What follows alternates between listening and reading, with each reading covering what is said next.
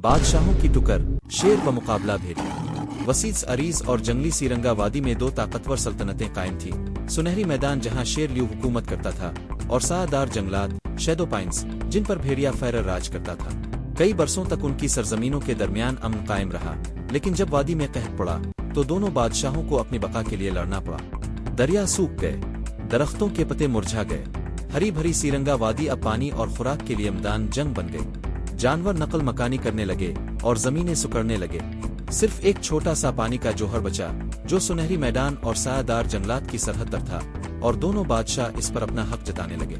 एक कोहर आलूद सुबह फैरर ने ल्यू को पैगाम भिजवा कर कहा, ये पानी हमारा है, अगर तुम सरहद पार करोगे तो जंग होगी। ल्यू ने धार का जवाब दिया, जमीन और पानी कुदरत का तोहफा है, उन पर किसी दरिंदे की मलकियत नहीं। अगर तुमने मेरे कबीले को धमकाया तो मैं तुम्हें शेर की ताकत दिखाऊंगा। फिजा में तनाव बढ़ गया। दोनों रहनुमाओं ने अपनी अपनी अफवाज को तैयार कर लिया। मैदान में गरज और बिनबिनाहट सुनाई देने लगी। जंग पानी के जोहर पर होने वाली थी। आसमान सुर्ख था, हर कदम के साथ गिर्द उठती थी।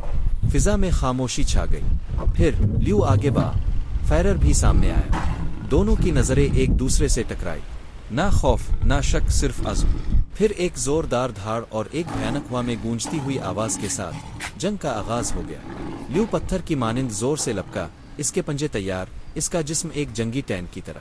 फैरर तेजी से बचता और घूमता हुआ की तरह हल्का, कमजोर जगहों पर वार करने की कोशिश करता। धूप में जंग जारी रही, दांतों का पंजों से, ताकत का हिकमत अमली से मुकाबला। हर वार जमीन हिला देता, हर काट एक निशान छोड़ती।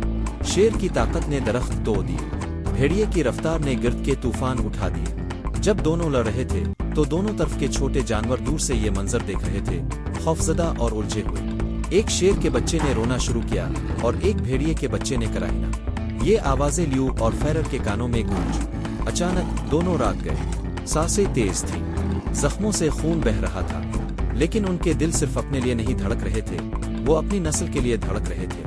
ल्यू ने फैरर की तरफ देखा और कहा, अगर हम यूं ही लड़ते रहे तो हमारे बच्चों के पास लड़ने के लिए कुछ बचेगा ही नहीं। फैरर ने धीरे से सर हिलाया। तो आओ एक नया रास्ता चुने, पानी बांटे, जमीन बांटे, अपने कबीलों को तबाह करना नहीं, जीना सिखाए। सिपाहियों ने अपने सर झुका दिए। जंग खत्म हो गई, मौत से नहीं बल्कि दानाई से। इस दिन के बाद सुनहरी शेरों और सायादार भेड़ियों ने एक साथ शिकार करना सीखा, एक दूसरे की हिफाजत करना सीखी और वादी को हर खतरे से बचाने की कसम खाए। पानी का जोहर मुकद्दस बन गया, जंग की नहीं बल्कि इत्तेहाद की अलामत। और ल्यू बमुकाबला फैरर की कहानी नस्ल दर नस्ल सुनाई जाती रही। दो बादशाह लड़े, जीतने के लिए नहीं, समझने के लिए।